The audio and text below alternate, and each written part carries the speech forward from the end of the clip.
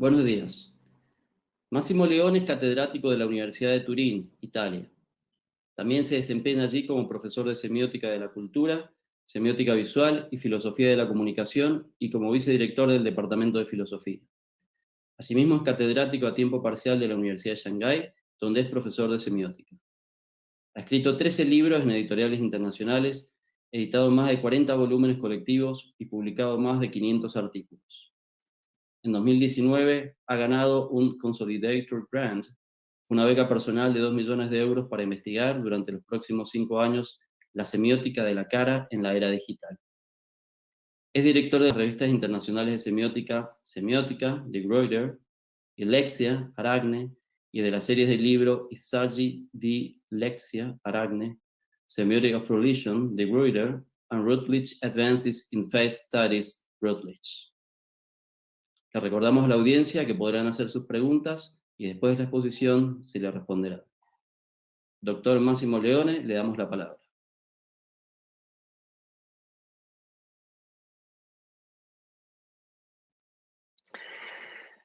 Buenos días a todas y a todos y muchísimas gracias por invitarme a abrir este evento excepcional, este congreso maravilloso, aunque sea de esta forma virtual. Estoy profundamente honrado, honrado y agradecido. Vamos a hablar del presente desde una perspectiva particular, que es la perspectiva de la semiótica. El presente está relacionado de maneras múltiples con un tema central para la filosofía del lenguaje y la semiótica, es decir, lo falso. Percibir el presente, aprenderlo, conceptualizarlo e interpretarlo significa cultivar sus fronteras. Se trata de límites de varios tipos, pero dos son filosóficamente fundamentales. Primero, la frontera ontológica. Hay que separar el presente de lo que ya no es, o sea, el pasado, y de lo que aún no es, o sea, el futuro. Segundo, la frontera gnosiológica. Hay que separar el presente de la alucinación traumática, o sea, su invasión por supuestas imágenes del pasado, y de la alucinación maniática, o sea, su invasión por supuestas imágenes del futuro. Vivir el presente de manera semióticamente razonable implica entonces defender sus confines de lo que no es en relación al sujeto, ontológicamente y gnosiológicamente, rechazando lo falso. El pasado que invade el presente, por ejemplo, en la alucinación debida al trauma, conlleva una falsa percepción de lo que es y, por lo tanto, un miedo injustificado. Paralelamente, el futuro que invade el presente, por ejemplo, en la alucinación debida a la obsesión, también resulta en una percepción inauténtica del presente y, por consecuente, en un entusiasmo sin fundamento. Cultivar las fronteras del presente, sin embargo, es difícil, ya que no se trata de simples líneas de demarcación, sino de umbrales. Sería imposible vivir el presente rechazando toda memoria del pasado. Como ya lo subrayaba Umberto Eco en un famoso ensayo, no existe un arte del olvido paralelo al arte de la memoria. Los seres humanos controlan en parte lo que memorizan, pero no pueden controlar de ninguna manera lo que olvidan. La evolución natural de la especie quizás haya privilegiado una memoria que no pueda borrar voluntariamente los recuerdos de estados y acontecimientos dolorosos, ya que de ellos justamente se podría aprender. Pero incluso hay que vivir el presente abriéndolo voluntariamente al pasado y a la memoria. Esta abertura puede darse como nostalgia, o sea, como recuerdo melancólico de lo que se estima querido, pero perdido para siempre, pero puede darse también como experiencia, una memoria del pasado que no es ni traumática ni nostálgica, sino que observa lo que ha sido para guiar la acción en el tiempo presente. La memoria de los amores perdidos, por ejemplo, no tendría que atormentar el presente con el trauma del rechazo violento o con la nostalgia de la pasión desvanecida, sino presentarse, o sea, hacerse presente con la enseñanza sobre el tipo y la calidad de las relaciones que mejor construyen nuestro ser y su felicidad. Aunque haya un desequilibrio ontológico y gnosiológico entre el pasado y el futuro, la frontera con esta segunda dimensión temporal también tiene que ser cultivada no como una línea, sino como un umbral razonable. Los seres humanos pueden controlar la imaginación del futuro de manera más eficaz de lo que pueden manejar la memoria del pasado.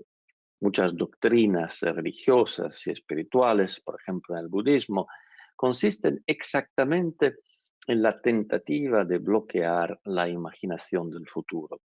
Sin embargo, en el caso del futuro también hay que distinguir entre su evocación maniática y su imaginación razonable.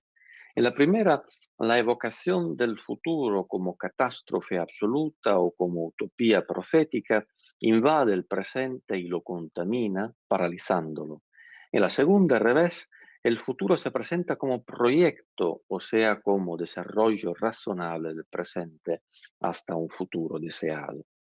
En ese sentido, la razonabilidad del presente consiste en defenderlo del trauma y de la nostalgia del lado del pasado y en protegerlo del optimismo y del pesimismo excesivos del lado del futuro, dejando al revés que el umbral entre pasado y presente se manifieste como experiencia y que el umbral entre presente y futuro se perfile como proyecto. Al revés, lo falso inevitablemente enturbia la relación del presente a la vez con el pasado y con el futuro. Una memoria traumatizada que exagere la presencia del pasado en el presente produce representaciones desviantes de lo que es, conduciendo a menudo a la parálisis o a la acción irrazonable. De manera análoga, una imaginación exaltada que exagere la presencia del futuro en el presente también produce representaciones mórbidas de lo que es, conllevando pensamientos y comportamientos igualmente irrazonables. Por lo tanto, al nivel de la psicología individual como al de la psicología social, defender la dignidad del presente implica protegerlo de lo falso que emerge como proyección hacia el presente, o sea desde el pasado, o sea desde el futuro.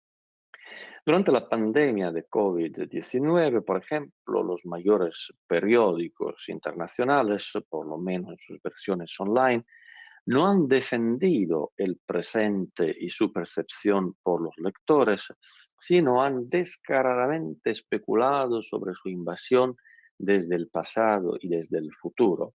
Por un lado, han evocado escenarios catastróficos de épocas remotas, adoptando en muchos casos la metáfora traumática de la guerra. Por el otro lado, han dibujado un porvenir horroroso con la amenaza imaginaria de virus invencibles, variantes letales y hospitales colapsados. La reacción a esta invasión irrazonable del presente por una memoria y una imaginación catastróficas, por la ilusión del déjà vu bélico y por la fantasía del cinema catastrofista, ha consistido a menudo en una reacción opuesta, pero igualmente irrazonable, donde lo falso se ha manifestado no como proyección distópica, sino como optimismo irresponsable. La pandemia, se ha llegado a pensar, no era peor que las gripes cíclicas del pasado y nada ocurriría en el futuro comportándose como si el virus no existiera. Lo falso es un tema clave en varios campos de investigación. En las ciencias naturales, que se ocupan de lo falso intencional, la metodología y la investigación deben identificarlo con el fin de obtener un conocimiento veraz de la realidad. En las humanidades, donde lo falso es la contrapartida de la autenticidad, la sombra amenazante del pensamiento occidental desde su inicio. La humanidad debe buscar lo que es verdad, evitar la falsedad, atesorar lo auténtico y estigmatizar la falsificación. Las doctrinas éticas y las religiones también enfatizan lo pernicioso de la falsedad y la peligrosidad de la falsificación para la cohesión y la armonía sociales. Las mentiras, es decir, las representaciones intencionalmente falsas, pero de alguna manera creíbles de la realidad, deben mantenerse al margen de la vida social. Sin embargo, la posibilidad de representar a través del lenguaje no solo lo que es, sino también lo que no es un rasgo consustancial de la cognición humana. Los seres humanos están dotados de una capacidad única para crear y utilizar simulacros mendaces del mundo, incluido el mundo interior e invisible de sus emociones. Después de todo, la capacidad humana para crear representaciones ficticias, creíbles de la realidad, es paralela a la habilidad de crear realidades ficticias creíbles en las artes. A lo largo de la historia, en todas las culturas, por lo tanto, las comunidades humanas han dedicado una inmensa cantidad de sus energías al tema social central de manejar lo falso. Los filósofos han tratado de definir lo falso, estigmatizándolo en la mayoría de las escuelas de pensamiento, pero también jugando con él en algunos casos, de los sofistas a la casuística católica, de Nietzsche a Derrida y la deconstrucción.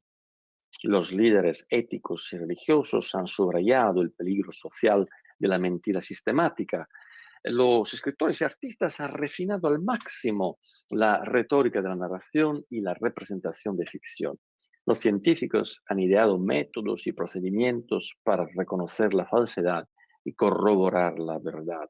Los investigadores sociales han tratado de entender las motivaciones, el procesamiento y los efectos de la falsedad. Los pensadores políticos y los juristas han buscado las mejores estrategias para limitar y controlar la propagación de la falsedad en las relaciones sociales. Sin embargo, existe una sola disciplina, tanto en las ciencias naturales como en las humanidades, para la que lo falso es el principal objeto de investigación. Esa disciplina es la semiótica, la ciencia de la significación y de la comunicación. Umberto Eco, uno de sus padres fundadores, la definió en su Tratado de Semiótica General de 1975 como la disciplina que estudia todo lo que se puede utilizar para mentir, proponiendo de hecho una equivalencia teórica entre el reino del sentido y el de lo falso. Donde hay el primero, se da la posibilidad del segundo, y donde hay el segundo, se da la posibilidad del primero.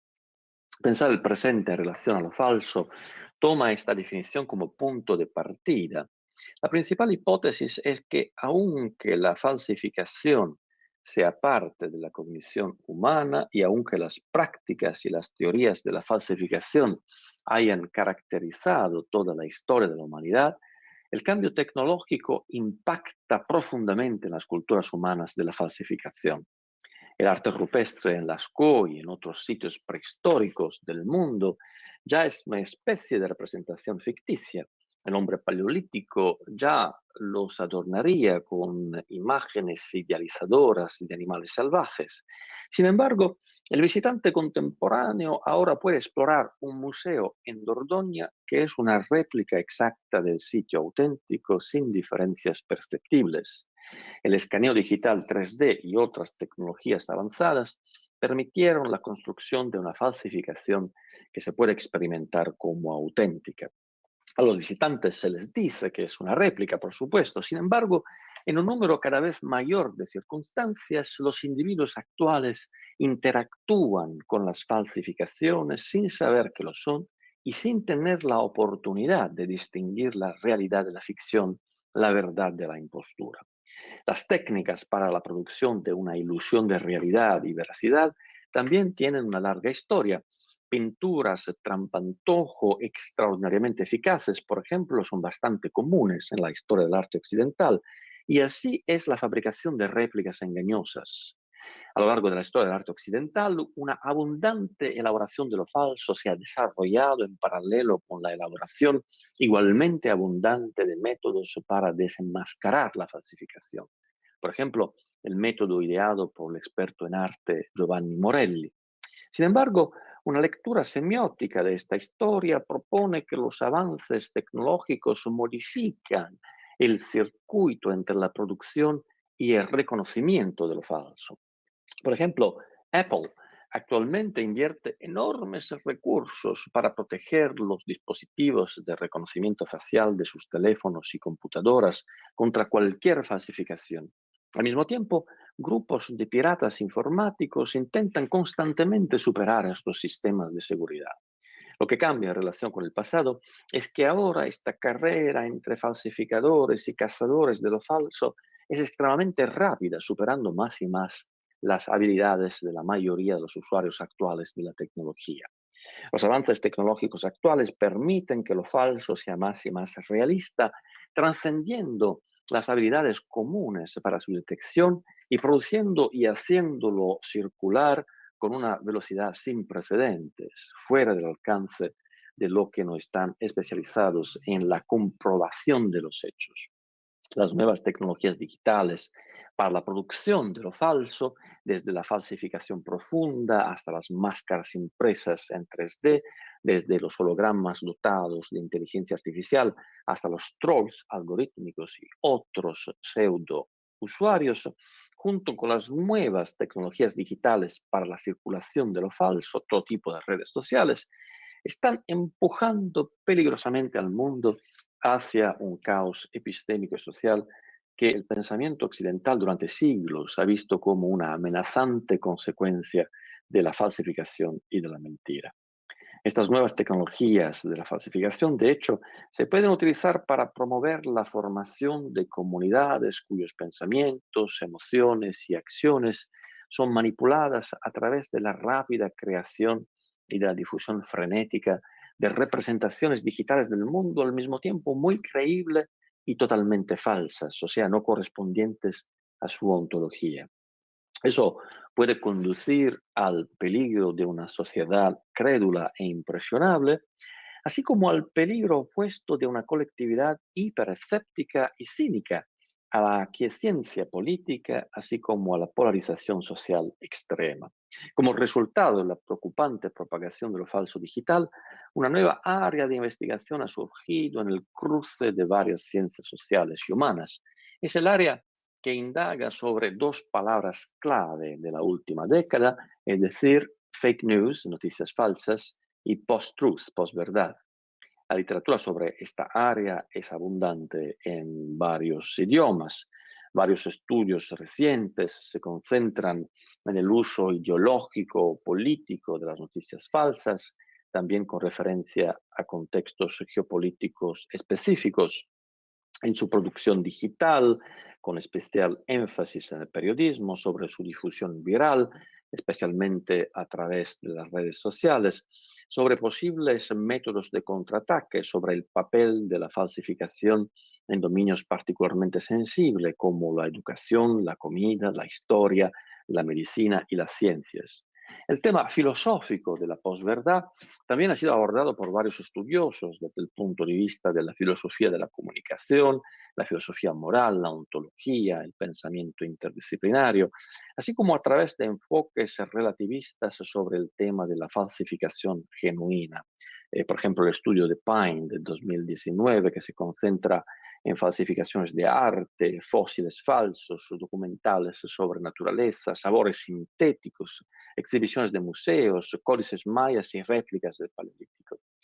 Las perspectivas históricas también han florecido, buscando matizar la novedad del fenómeno, enfocándose en la Edad Media, en el periodo moderno temprano, sobre los nazis, en la historia de Estados Unidos, en la historia occidental, etc.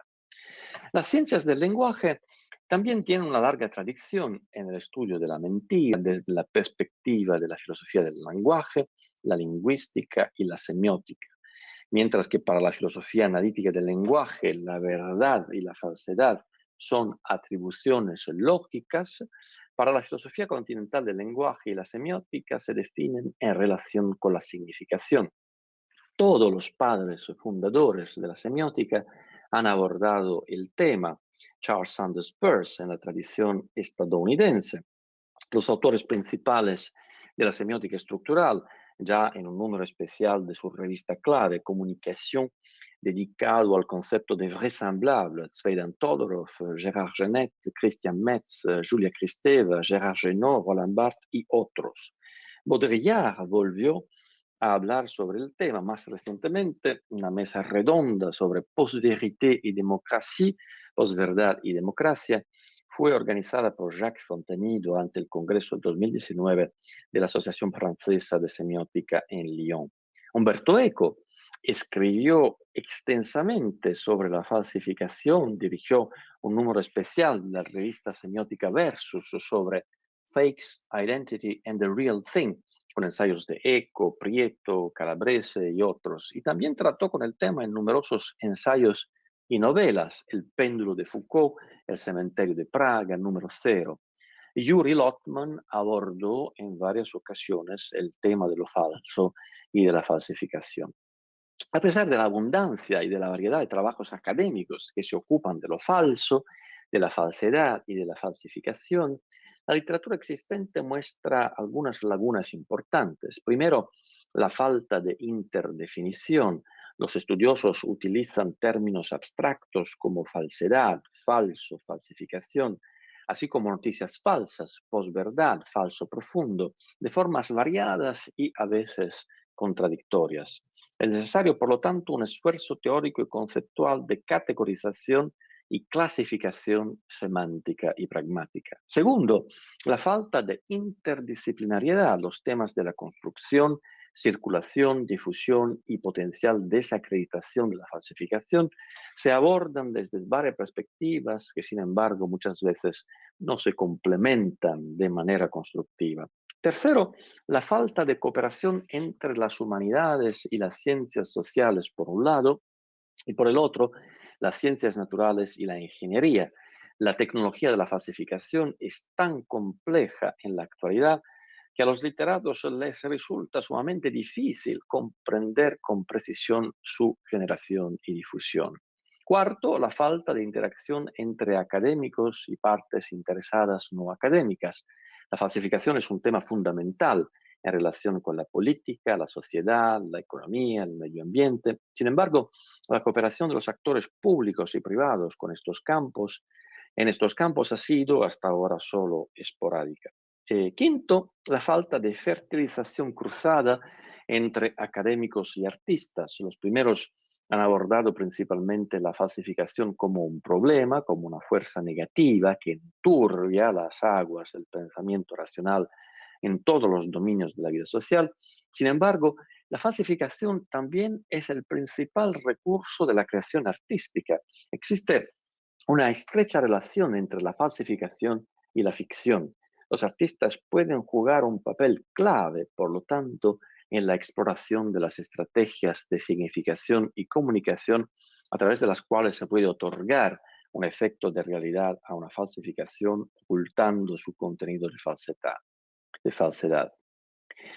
Pensar el presente en relación al tema de lo falso conlleva a llenar estos vacíos y generar así una nueva conciencia social, académica, profesional y artística sobre la falsificación, sobre su naturaleza y su cambio, sobre sus riesgos, pero también sobre sus oportunidades, sobre lo que es menester que los ciudadanos del siglo XXI aprendan para poder navegar a través de las complejas representaciones digitales de las sociedades tecnológicamente avanzadas. Los retos por delante están relacionados con estas lagunas, con las formas de colmarlas, pero también con los cambios que las sociedades y las tecnologías de la falsificación puedan manifestar en los próximos años. Las tareas en este ámbito, entonces, no son solamente filosóficas o teóricas, sino que consisten en llegar a una definición interdisciplinaria, operativa y proactiva, capaz de fomentar la cooperación entre las humanidades, las ciencias sociales y las ciencias naturales, los académicos y los ingenieros, el mundo universitario y los actores no académicos, los investigadores y los creadores. Eso es fundamental para una segunda tarea, la filosofía del presente, desarrollada en relación con una semiótica del falso, debe reconsiderar los límites disciplinarios para desarrollar una nueva creatividad teórica relacionada con la creación, circulación y el posible manejo de la falsificación en las sociedades tecnológicamente avanzadas de hoy en día. Las falsas representaciones de la realidad han acompañado toda la historia de la especie humana y probablemente sean consustanciales con su cognición. Sin embargo, dos nuevos factores alteran radicalmente la presencia de la falsificación en la sociedad actual. Ambos son inherentes a las sociedades digitales y telemáticas. Por un lado, el peso de los macrodatos, por otro lado, las nuevas dimensiones del realismo digital. El segundo desafío, por lo tanto, implicará la reconsideración interdisciplinaria de las nuevas tendencias cuantitativas y sensoriales de lo falso, a través de la cooperación crucial entre enfoques hasta ahora separados. Las representaciones falsas de la realidad adquieren un impulso sin precedentes a través del ámbito social e impactan con fuerza anómala en la formación de la opinión pública. Las distorsiones marginales de la verdad adquieren una visibilidad atípica en las redes sociales a través de una retórica de cuantificación. Su circulación es omnipresente y se acompaña de una retransmisión incesante y cuantificable. Su difusión, además, está cada vez más impulsada por la adopción de una comunicación multimodal y multisensorial que explota el atractivo antropológico ancestral de las imágenes y de otros artefactos visuales, pero los mejora a través de una credibilidad digital inigualable. La investigación sobre este nuevo nivel de producción y circulación de falsificaciones en las sociedades digitales y en Internet transciende ahora, por lo tanto, el marco epistemológico y metodológico de las humanidades por sí solas. Para entender la falsificación hoy es fundamental comprender cómo las máquinas son cada vez más aptas para la fabricación, la difusión y la promoción de lo falso a través de procesos automáticos. Las noticias falsas, la posverdad, el trolling, etcétera, son de hecho inembargables sin una consideración profundamente interdisciplinaria para los algoritmos de lo falso, es decir, de los procesos y dispositivos computacionales que lo producen. El tercer desafío que aguarda una filosofía que adopte la semiótica para defender el presente de lo falso, consistirá en el intento de tejer dos perspectivas generalmente divergentes y que se ignoran mutuamente. Por un lado, la reflexión académica sobre el surgimiento de lo falso en la reflexión teórica, la conversación social o la investigación científica. Por otro lado, la práctica tecnológica relativa al desarrollo de dispositivos y algoritmos involucrados en la producción y difusión de representaciones falsas. El objetivo detrás de esta tercera tarea es aumentar la conciencia entre los creadores de tecnología del impacto social de los avances digitales y promover la comprensión entre los investigadores del potencial de cambio de las nuevas tecnologías digitales, con la oportunidad prospectiva de no utilizarlas solo para crear tergiversaciones sociales, sino también, por el contrario, para contrarrestarlas y desacreditarlas, o incluso para generar nuevas ocasiones de reflexión filosófica, dando lugar a una realidad virtual que estimule los experimentos mentales. La sinergia entre la investigación teórica y aplicada es clave también en relación con el cuarto desafío. La falsificación no es solo un elemento de riesgo en la formación del sentido común, del conocimiento compartido y de la opinión pública, también en las bases de planes de acción y opciones pragmáticas. Las noticias falsas alientan a los ciudadanos a votar de acuerdo con una comprensión distorsionada de las sociedades. Los bots y otros algoritmos de trolling influyen en las relaciones internacionales e incluso pueden ser adoptados por agencias políticas disruptivas.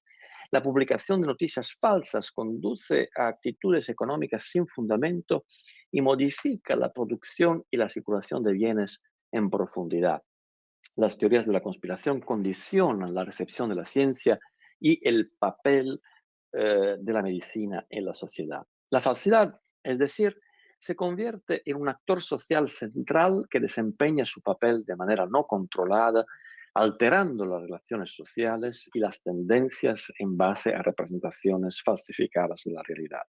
Ante este escenario preocupante, el quinto desafío que debe afrontar una filosofía del presente es potenciar el diálogo y la cooperación entre académicos, científicos e ingenieros por un lado, y por otro lado, los actores de la sociedad, la economía, la política, el derecho, la industria, los medios de comunicación, cuyo trabajo se ve afectado actualmente por la creciente presencia y agencia de la falsificación en la sociedad. Hoy la falsificación está causando a las sociedades miles de millones de daños en todos los sectores de la vida social, económica y política. Al mismo tiempo, también se está convirtiendo en una industria maligna para quienes desean beneficiarse de su difusión en la sociedad. La semiótica de lo falso tiene como objetivo reemplazar tan perniciosa industria de la falsificación por una que se beneficie, por el contrario, de la desacreditación de las falsas representaciones de la realidad. Esta operación, sin embargo, será imposible de realizar sin un conocimiento profundo de la gramática de las ficciones, es decir, las reglas no escritas a través de las cuales un falso simulacro se empodera con fuerza pragmática, o sea, con la capacidad de producir efectos en su ámbito cultural y social. Las reglas de esta gramática no son constantes, sino que varían a través de las épocas históricas, las culturas de lo falso y en función de las tecnologías que se utilizan para aplicar dichas reglas. Sin embargo, una gramática transcultural y transhistórica de lo falso existe, dando lugar a una antropología profunda de la falsificación.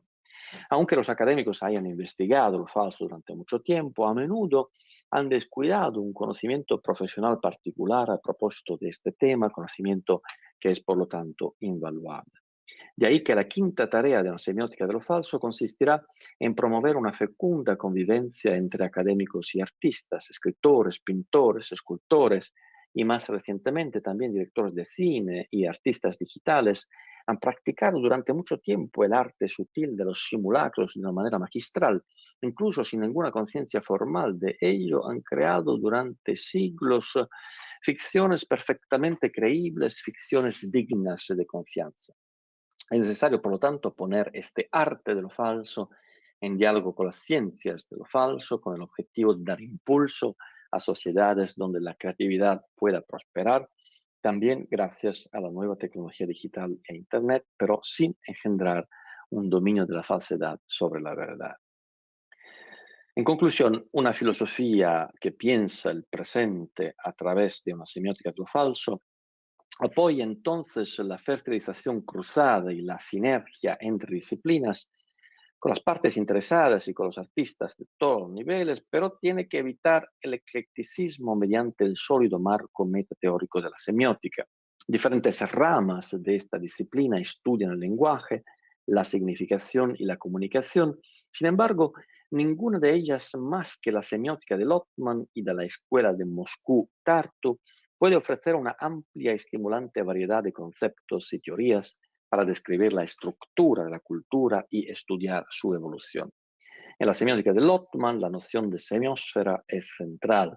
La producción, circulación y difusión del sentido en la sociedad se estudia como si la cultura fuera una biosfera de sentido, donde los textos y las representaciones surgen, se reproducen, proliferan y se difunden desde la periferia al centro del sistema, o por el contrario, menguan, se desplazan a los márgenes y caen en el olvido.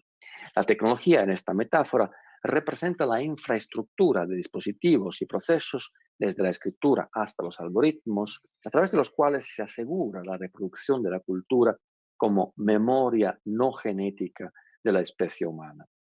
La semiótica cultural actual, inspirada tanto por Lotman como por otras fuentes, adopta un enfoque sistémico sobre la cultura, pero no respalda perspectivas mecanicistas. La teoría de los memes y la sociobiología, de hecho, aunque sean relevantes, no tienen suficientemente en cuenta el papel de los sujetos y de su intencionalidad en la configuración de las trayectorias de sentido en la sociedad.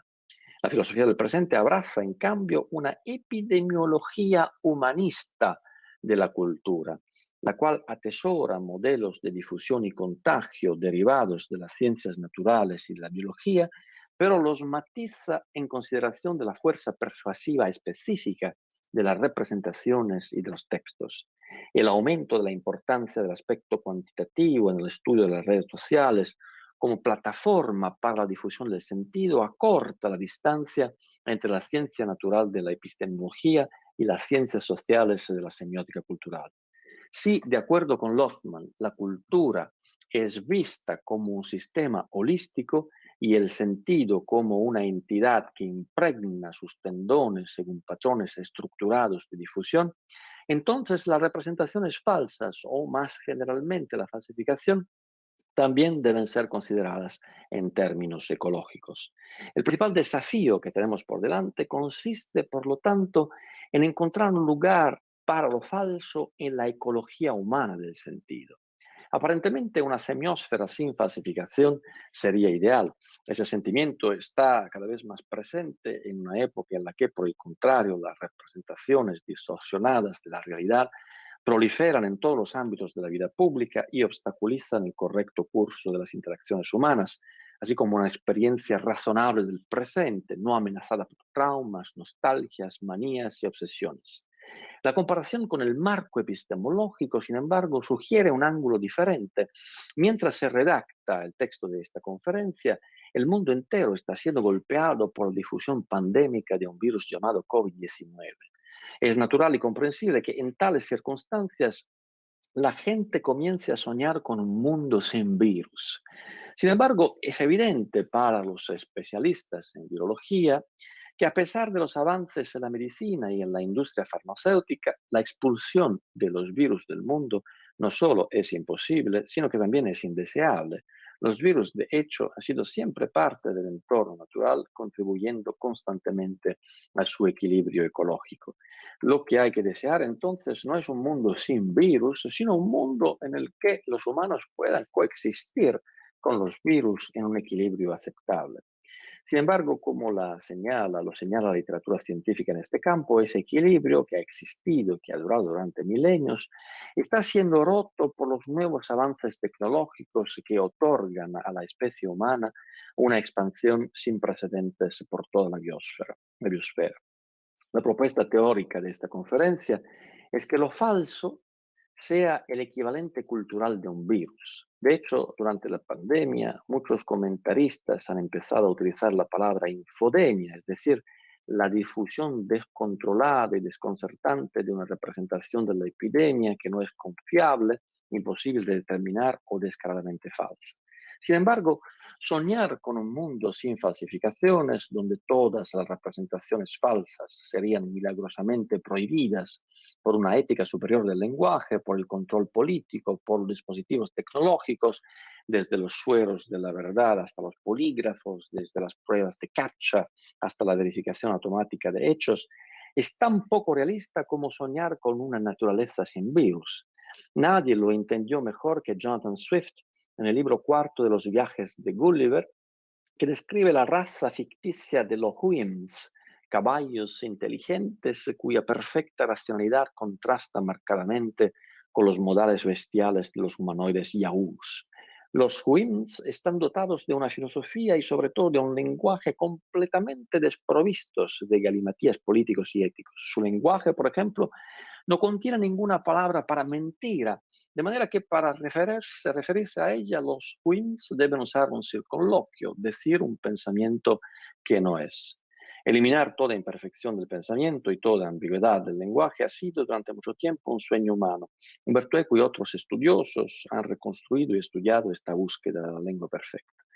Sin embargo, los lingüistas, semióticos y filósofos del lenguaje saben que los humanos son capaces de fingir porque son capaces de producir sentido.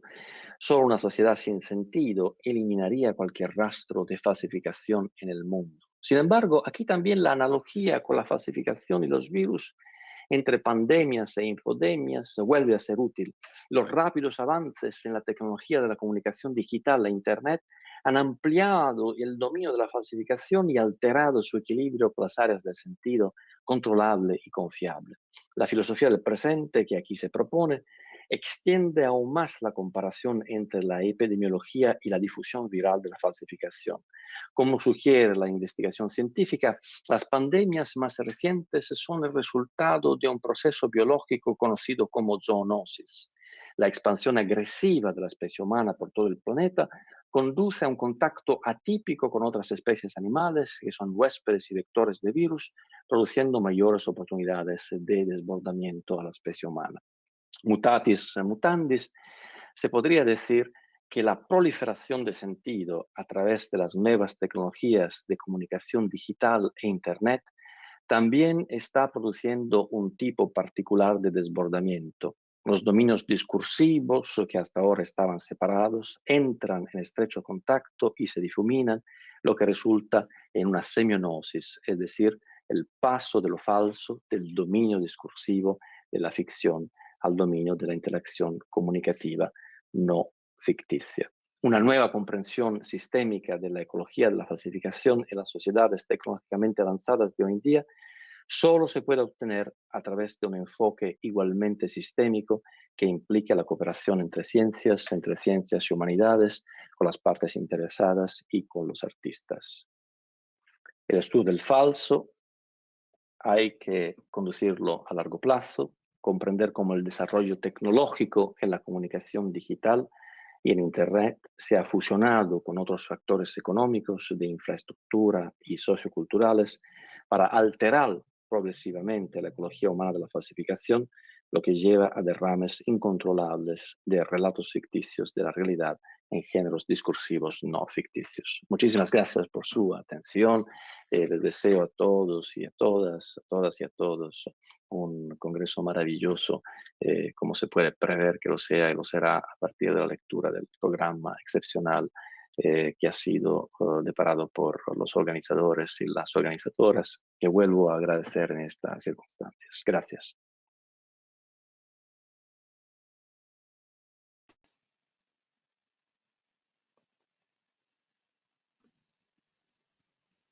¿Qué tal, profesor Máximo Leone? ¿Qué tal? Muy bien. Un placer estar aquí con vosotros y vosotras, con ustedes. Es un honor. Un honor para nosotros. Excelente conferencia, muchas gracias. Tenemos una pregunta.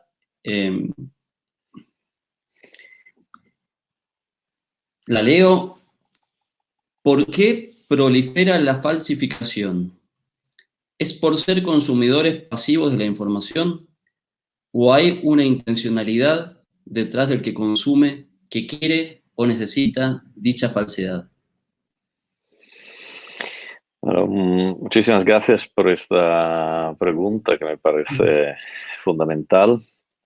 Bueno, lo falso, la falsedad, la falsificación hacen parte de la antropología humana y quizás tengan sus raíces también en la antropología cognitiva de los seres humanos. Estamos programados para desarrollar internamente no solo y no exclusivamente representaciones verdaderas de la realidad, sino también representaciones imaginarias. Esta capacidad de desarrollar, de construir representaciones imaginarias de la realidad seguramente ha representado en la evolución biológica de nuestra especie una ventaja excepcional, ya que ha permitido a la especie humana de construir simulacros de oportunidades y de peligros antes de tener la experiencia o incluso sin tener la experiencia de estas oportunidades y de estos peligros.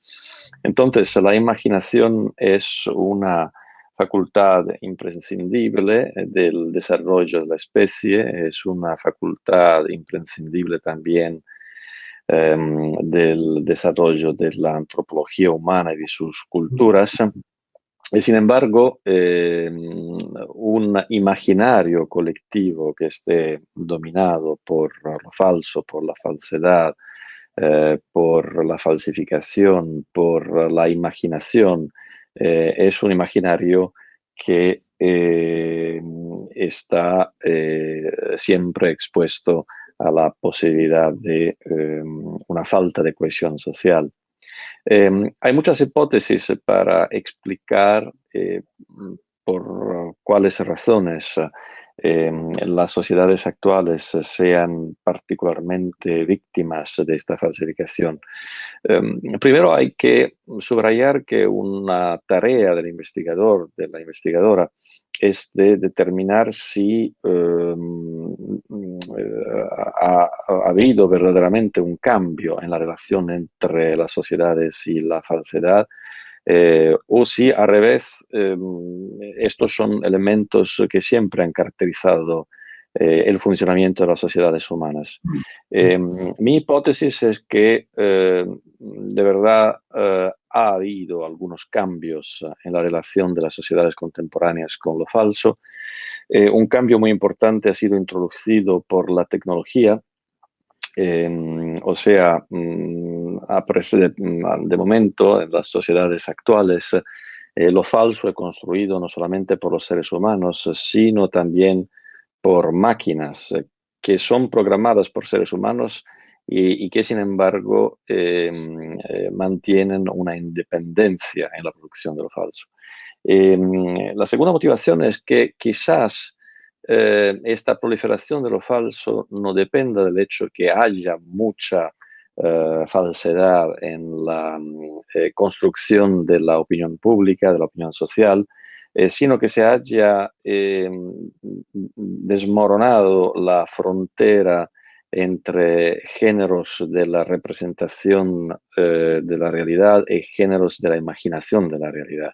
Entonces, esta contaminación de géneros seguramente ha constituido también una razón para la proliferación de lo falso y para su deseo también.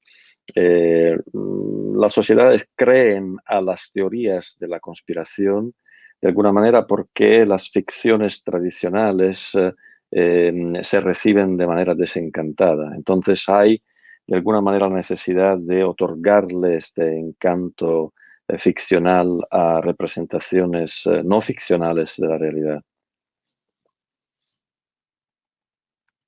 Muchas gracias, profesor. Mientras se genera otra pregunta, yo le hago una pregunta a partir del área de filosofía al cual me dedico, que es Historia de la Filosofía Moderna. Mañana voy a presentar justamente un proyecto, un trabajo que trata el concepto de frontera, Grenze, y Schrank, que yo traduzco como barrera, entre Kant y Hegel. Y a partir de ahí, y a partir de que usted ha utilizado frecuentemente la palabra frontera, sobre todo la frontera entre lo verdadero y lo falso, le hago una pregunta desde el horizonte del siglo XVIII-XIX, pero en relación al presente. Kant insiste mucho en el concepto de frontera entre justamente un saber y un pseudo saber, o lo que podríamos decir en términos de la conferencia suya, entre un saber verdadero y un saber falso. Y en el ámbito del saber falso, que es la extralimitación de la razón para Kant, pone los grandes mitos que bien podríamos pensar en el Génesis judío-cristiano, o en la Metamorfosis de Ovidio, o en términos kantianos, en los conceptos de Dios, de una totalidad de mundo, de la existencia del alma, etc. De ficciones racionales, por decirlo así. Y él pone un límite muy duro, muy rígido, una barrera para la razón de que no puede traspasar el límite de la verdad, que es la verdad matemática, a la ficción racional, que es la metafísica. Y Hegel lo resuelve de algún modo, bueno, lo resuelve directamente con el concepto de dialéctica y hace una resolución teórica de la lógica, sobre todo de la doctrina del ser, cuando trata en la primera parte de cualidad el concepto de frontera y de límite. Básicamente, a partir de ese concepto de dialéctica de experiencia, permitiéndole a la razón trasvasar los límites de la verdad y usando la metáfora de Kant, volar. Kant dice como una paloma que quiere volar en el vacío, pero claro que al estar en el vacío se cae porque no tiene la resistencia del aire. Kant permite ese vuelo hacia el terreno, por decir así, de lo falso, de lo ficticio. En términos filosóficos, le posibilita a Hegel, a la razón, ocuparse de objetos, de totalidades ficticias o falsas, como pueden ser, por ejemplo, el concepto de Dios, de la inmortalidad del alma, la teoría de las religiones. Le permite trabajar el tema del arte. Y Hegel pone como posibilidad, justamente para poder trasvasar el límite de lo falso, el deseo. El deseo que está en el núcleo, sobre todo en el concepto, en el trabajo de la fenomenología del espíritu. El deseo es lo que le permite a Hegel que la razón trabaje y vaya hacia el ámbito también de lo falso y se apropie de eso. Bueno, ese es el marco en el cual quiero hacer mi pregunta. ¿Cómo piensa usted que la filosofía puede ser hoy día una teoría de la verdad y de la falsedad en ese sentido? Sería la primera pregunta. ¿Cómo puede ser hoy la filosofía una teoría de la verdad y de la falsedad? Usted lo ha dicho ampliamente en la conferencia, pero quizás quisiera una frase de resumen. Y la segunda pregunta, usted mencionó al pasar, al final, el concepto de un lenguaje universal. Y yo pienso, desde el ámbito laboral, en el concepto de característica universalis de Leibniz. ¿De qué modo usted piensa que un lenguaje universal que no es el inglés, sino el lenguaje computacional, la programación, el código informático, de qué modo ese lenguaje puede, de algún modo, trabajar en este límite entre lo verdad y lo falso y de algún modo servir, no quizás con el uso dogmático de Kant, pero sí con algún modo de uso legislativo para evitar eso que usted describe, la industria maligna de la falsificación, que en realidad son códigos, algoritmos, pero esos algoritmos no saben que son falsos, simplemente son matemáticos. El uso que se hace de ellos es esta industria de la falsedad. Entonces, esa sería la segunda pregunta. Este lenguaje universal y esta característica universal es que ciertamente se puede ver en el código matemático de programación de los algoritmos. ¿Cómo se podría de algún modo fiscalizar o autofiscalizar? O si es necesario sacarlo del ámbito matemático en el cual se encuentra instalado y llevarlo a un plano de moralidad. Muchas gracias. Bueno, muchísimas gracias. Son preguntas magníficas. Empiezo quizás por la segunda pregunta, que está más relacionada con el presente desde un punto de vista, digamos, de la observación de las sociedades actuales, aunque la primera pregunta sea sumamente actual también. El problema del lenguaje universal, o para ser más precisos, el pensamiento utópico del lenguaje universal es un pensamiento que acompaña la especulación lingüística y filosófica justamente desde el principio de la primera modernidad. Y las investigaciones de los lingüistas, de los semióticos, la inclusión del mismo Umberto Eco, que escribió un libro de síntesis muy interesante sobre la búsqueda de la lengua perfecta o del lenguaje perfecto, del lenguaje ideal. Bueno, estas investigaciones demuestran que Es un pensamiento puramente utópico. Las lenguas dichas naturales no se desarrollan de una manera ideal, tienden hacia la homogenización, pero también tienden hacia la diversificación. Entonces, quizás es el mito de Babel, ¿no?, que representa de manera más adecuada la manera de funcionar de las estructuras lingüísticas. Sin embargo, es verdad que a menudo la inteligencia artificial y la programación computacional de hoy en día es presentada como una especie de nuevo idioma universal que puede ser utilizado por todos los programadores, que pueda ser utilizado en todas las ocasiones sociales. Eh,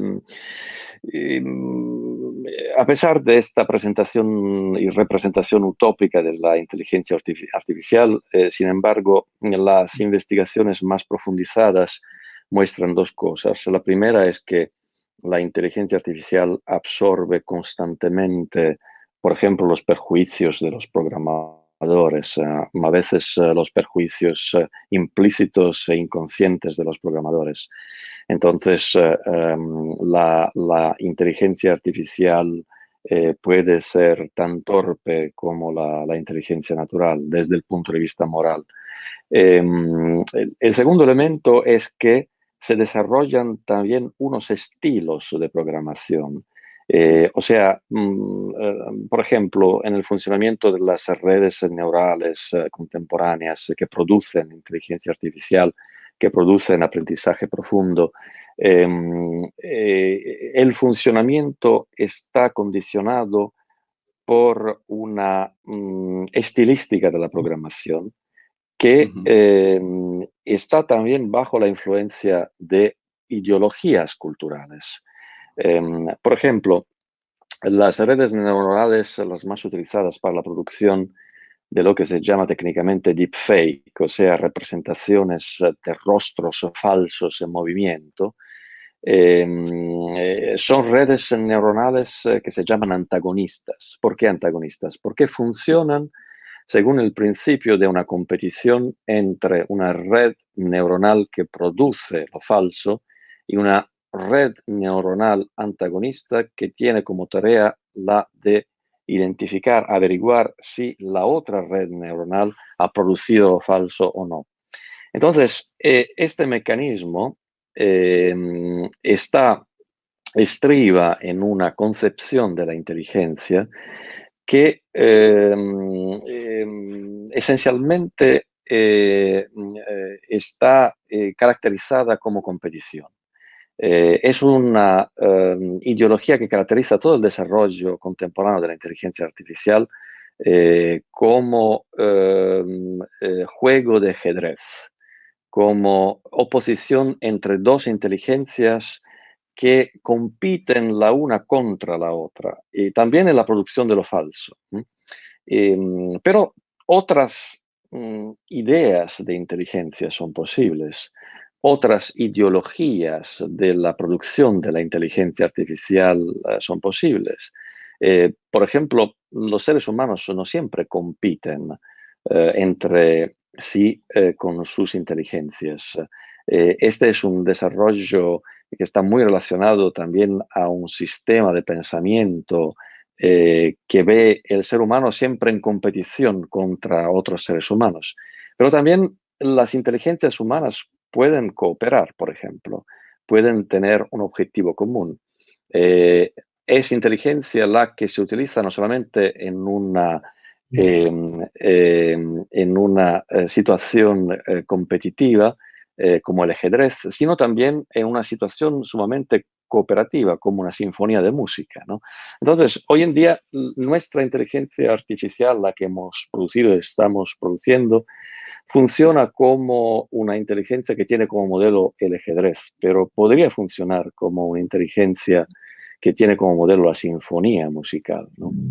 Una cooperación más que una competición.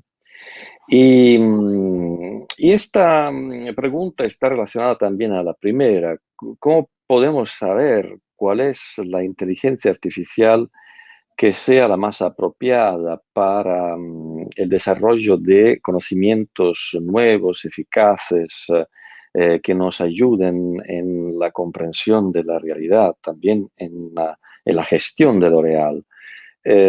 Bueno, hay que decir que quizás una de las fronteras más interesantes en el desarrollo de la inteligencia artificial contemporánea consiste en el hecho que las redes neuronales no simplemente ejecutan las órdenes o los programas de los programadores, producen una especie de pensamiento autónomo que no es como el pensamiento humano, pero que consiste en la capacidad de capturar, de identificar en la realidad examinada unos patrones que no son reconocidos por la inteligencia humana y cuya identificación no estaba entre las tareas programadas de la inteligencia artificial.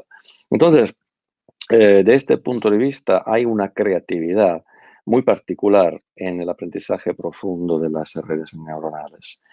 Eh, Como decía, la primera pregunta está relacionada con la segunda.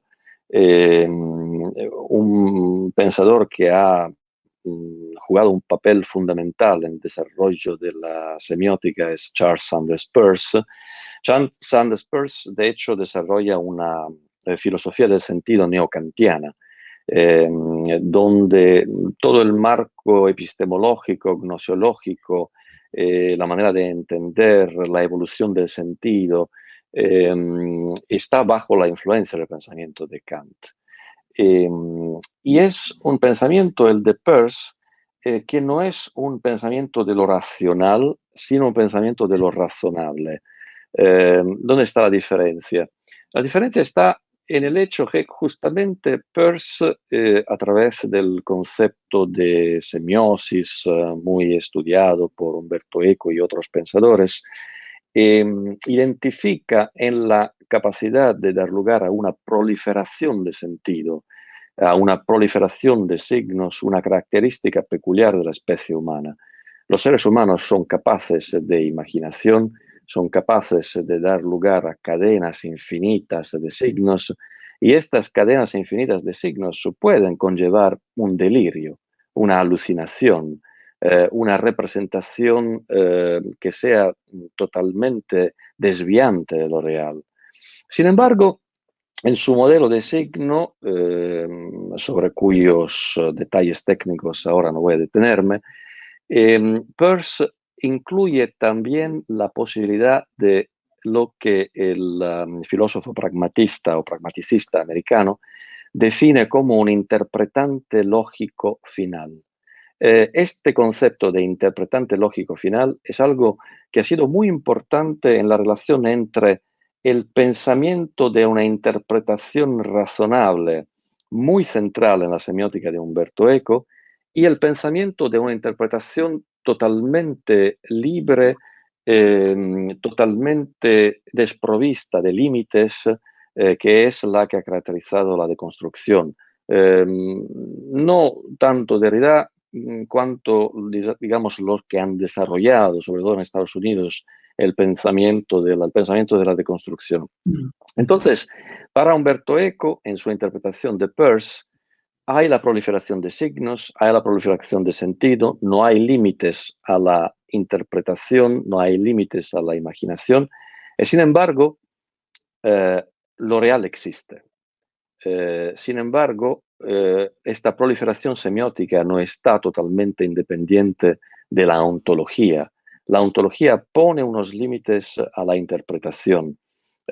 Al final, un interpretante lógico final surge de la relación entre sentido y realidad. O sea, nosotros, por ejemplo, podemos imaginar que el virus no existe. Podemos imaginar que es toda una mentira. Podemos imaginar que sea toda una teoría de la conspiración. Pero al final tenemos que enfrentarnos con el hecho que los hospitales se llenan de gente, con el hecho que la gente va muriendo en los hospitales.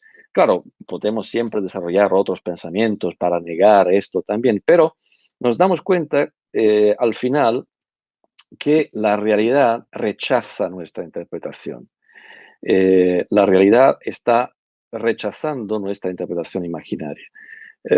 Lo complicado es que este rechazo no es siempre inmediato, o sea, desde cuando se produzca una interpretación totalmente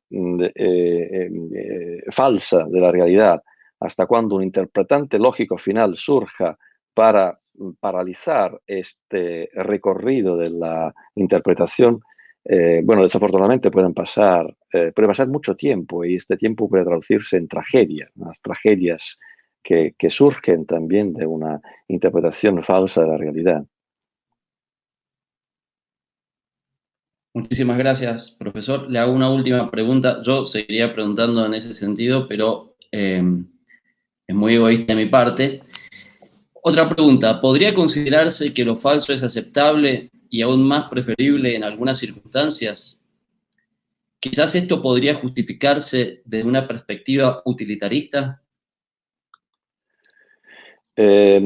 Sí, digamos que esta es una pregunta desde el punto de vista de la filosofía moral, entonces habría que definir también el marco en relación al que este falso estaría justificado.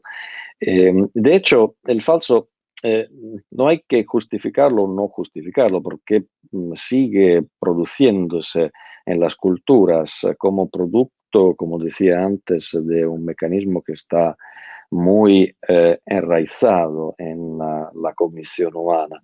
Entonces, el problema no es digamos, legitimidad o la estigmatización de lo falso, sino la posibilidad de generar una coexistencia entre representaciones ficcionales de la realidad y representaciones que, al revés, tienen como objetivo el de medir la realidad. Entonces, es el equilibrio entre, digamos, el hecho de contar y el hecho de racontar, entre el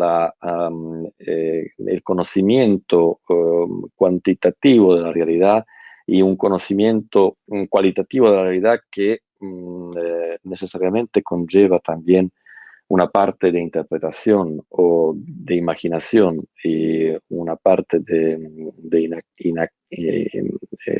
imprecisión. Y este equilibrio ahora está de alguna manera en peligro. Está en peligro porque los mecanismos de la ficción, los que se han desarrollado, por ejemplo, a lo largo de siglos para generar un placer estético, incluido un mercado alrededor de la ficción, son utilizados también para presentar, para hacer circular y para vender representaciones de la realidad que no son representaciones ficcionales. Leyendo, como decía en mi conferencia, los títulos de los periódicos nacionales de muchos países, a inclusión de Italia, sobre lo que pasa en la sociedad, el estilo que se utiliza no es el estilo de una representación exacta, precisa de la realidad, sino un estilo que tiene como objetivo principal el objetivo de vender la noticia. La noticia no se da más, la noticia ahora se vende. Y para vender la noticia ahora se utilizan unos patrones narrativos, estilísticos, estéticos, que son los patrones tradicionales de la ficción. Entonces, ahí está quizás el equilibrio que habría que mantener. Las representaciones de la realidad no hay que venderlas, hay que ofrecerlas.